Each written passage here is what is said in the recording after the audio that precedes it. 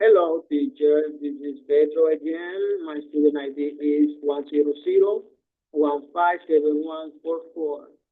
Today, I'm gonna be talking about Mr. Cod, confident in his ability to fix household items.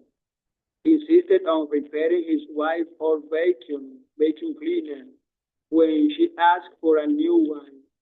He tried fixing it multiple times, but the same issue kept happening.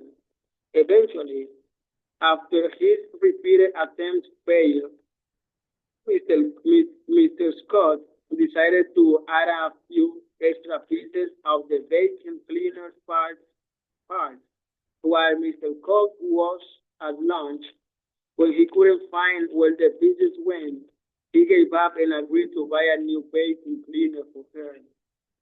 This story highlights the idea that sometimes our confidence in our own ability can blind us to the ability of the situation.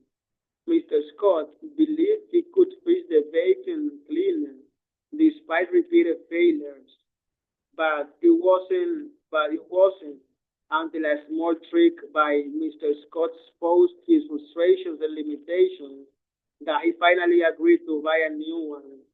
The story also illustrates the dynamics in a relationship where one partner may manipulate a situation to get what they want, using their understanding of the other's behavior and emotions. The message here is about recognition when to ask for help or admit defeat, and understanding the power of pseudo influence in relationships. It also supplies critic the idea of trying to fix things over and over without acknowledging that sometimes a refreshed approach or change is needed. Related the story to personal experiences, I witnessed situations in which people, especially in family dynamics, try to hold on to things or fix them, even when it's clear that sometimes new or different is needed. I think this is especially true in cultural contexts where people hold on to traditions, tools, or ideas that may no longer be effective but are reluctant to embrace change.